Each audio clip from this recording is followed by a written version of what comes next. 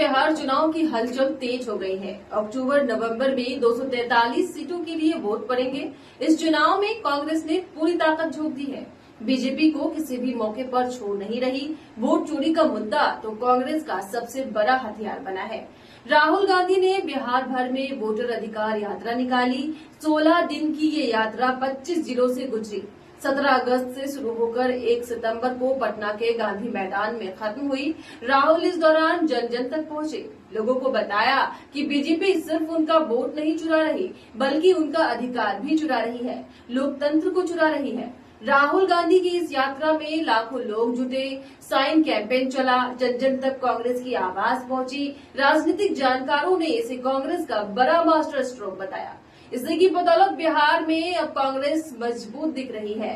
India गठबंधन का जोश बढ़ा हुआ है। इसी बीच 24 सितंबर को कांग्रेस ने पटना में बड़ी बैठक की है। कांग्रेस की वर्किंग कमेटी की ये बैठक सदाकत आश्रम में हुई, जिसमें सोनिया गांधी, राहुल गांधी और मल्लिकार्जुन खड़गे के साथ साथ प्रियंका गांधी भी शामिल है। कांग्रेस की बिहार इकाई के अध्यक्ष राजेश कुमार ने कहा कि कांग्रेस कार्य समिति की बैठक में वोट चोरी और अमेरिका की डोनाल्ड ट्रंप प्रशासन द्वारा लगाए गए टैरिफ सहित राज्य, राष्ट्रीय और अंतर्राष्ट्रीय स्तर के मुद्दों पर चर्चा हुई। साथ ही बिहार में हुए एसआईआर के मुद्दे को भी उठाया गया। इस बैठक ने साफ कर दिया कि कांग्रेस बिहार चुनाव जीतने के लिए तैयार है। पार्टी की तैयारी पूरी हो चुकी है, रणनीति मजबूत बन गई है, बीजेपी को घेरा जा रहा है और जनता जाग रही है। तो वहीं दूसरी तरफ एनडीए बिखरती नजर आ रही है। गठबंधन में कला खत्म होने का नाम नहीं ले रहा। बीजेपी और जेडीयू तो 100 सीटें लेंगे, लेकिन छोटे साथी बगावती हो गए हैं। इसमें सबसे पहले चिराग पासवान है, जो बगावत कर रहे हैं।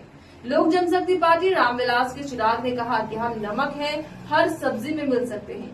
चिराग पासवान की महत्वाकांक्षा ने एनडीए गठबंधन की नींव हिला दी है।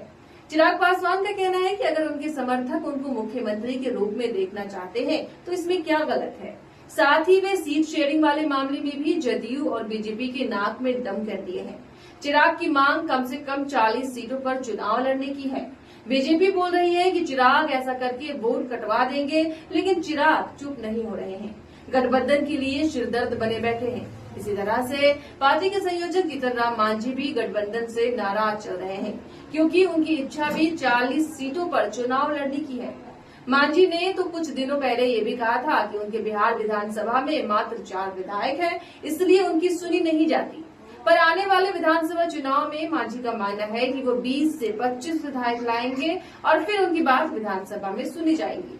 पर सवाल तो ये भी है कि क्या बीजेपी और जदयू मांझी को 40 सीट चुनाव लड़ने के लिए देंगे भी। बीजेपी भी इधर अपना मुख्यमंत्री लाना चाहती है, लेकिन चिराग और मांझी की जंग से सीट शेयरिंग अटक गई है। तस्वीर साफ है, कांग्रेस मजबूती से उतर रही है मैदान में। पहले राहुल गांधी की यात्रा, फिर CWC बैठक, सबने पार्टी के कार्यकर्ताओं में जोश भरने का काम किया है। महागठबंधन में एकजुटता भी नजर आ रही है, जबकि एनडीए में बिखराव दिख रहा है। चिराग की महत्वाकांक्षी फिर मांझी का सीट लालच, ऐसा लग रहा है कि एनडीए गठबंधन खुद से ही लड़ रहा है और ये आपसी कला देख बिहार की जनता भी परेशान है। कहीं न कहीं उसे भी समझ आ रहा है कि एनडीए गठबंधन को बिहार की कोई खास चिंता नहीं है, वो सब अपनी अपनी भलाई चाहते हैं। तो वहीं दूसरी तरफ कांग्रेस और पूरा का पूरा इंडिया गठबंधन जनता के हक के लिए लड़ रहा है। राजनीतिक जानकारों की माने तो इस बार बिहार में बड़ा बदलाव होने वाला है। फिलहाल के लिए इतना ही। देखते रहे केडी न्यूज।